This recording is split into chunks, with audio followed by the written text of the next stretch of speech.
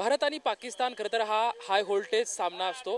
भारत जिंकल्याच्या नंतर पुण्यामध्ये एफसी रोडवरती तरुणाई आहे ते जल्लोष करण्यासाठी मोठ्या प्रमाणात जी आहे ती दाखल होत असते। मात्र यावेळेस पोलिसांनी जो आहे तो मोठा पोलीस बंदोबस्त जो आहे तो एफसी रोडवरती तैनात करण्यात आला। आपण बघू शकतो की या ठिकाणी पोलीस बंदोबस्त जो आहे तो या ठिकाणी मोठ्या प्रमाणात जो आहे तो तैनात करण्यात आले। कोणतीही तरुणांकडून हुल्लडबाजी होऊ नये याची दक्षता जी आहे ती पोलिसांकडून या ठिकाणी घेण्यात येत आहे। जवळपास 4 गाड्या ज्या आहेत त्या पथकाच्या या ठिकाणी तैनात करण्यात आल्या आहेत। या ठिकाणी दोन्ही क्षेपावरून सुद्धा वारंवार सूचना केल्या जातात की कोणीही एफसी रोडवरती थांबू नका जे आहे त्याच्या वारंवार सूचना केल्या जातात। आपण बघू शकतो की सध्या पुण्यामध्ये मोठ्या प्रमाणात जोरदार पाऊस सध्या सुरू आहे, सध्या दिसत आहे। खरं तर आज दिवसभरापासून भारत आणि पाकिस्तानची जोरदार मॅचच्या संदर्भातली चर्चा जी होती, बऱ्याच विरोधकांनी जे आहे ते या सामन्यावरती विरोध केला सुद्धा पाहायला मिळाला होता। शिवसेनेकडून सुद्धा राज्यव्यापी आंदोलन या सामन्याच्या विरोधात जे आहे ते करण्यात आलेलं होतं आणि याचाच कुठेतरी पडसाद एफसी रोडवरती सुद्धा पडू नये, हुल्लडबाजी होऊ नये याची दक्षता खरं तर पोलिसांनी आधीच घेण्यात आलेली होती। सध्या आपण बघू शकतो की एफसी रोडवरती जे आहे ते मोठ्या प्रमाणात या ठिकाणी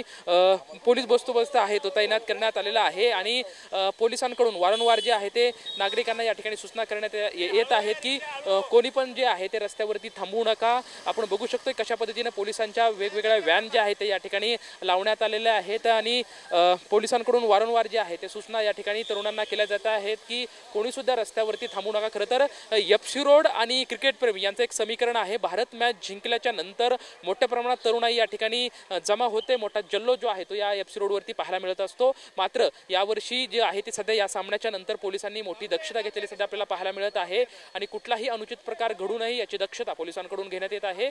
वारंवार जे आहे ते दोन्ही क्षेपावरून इथल्या तरुणांना सूचना देण्यात आहे कोणाही तरुण या ठिकाणी थांबला तर त्याला या ठिकाणी थांबूनही दिलं जात नाही अशी परिस्थिती सध्या पुण्यातील एफसी रोडवरती आपल्याला पाहायला मिळत आहे। कॅमेरामॅन नागेश मर्डे सोबत लक्ष्मण जाधव, टीव्ही9 मराठी, पुणे।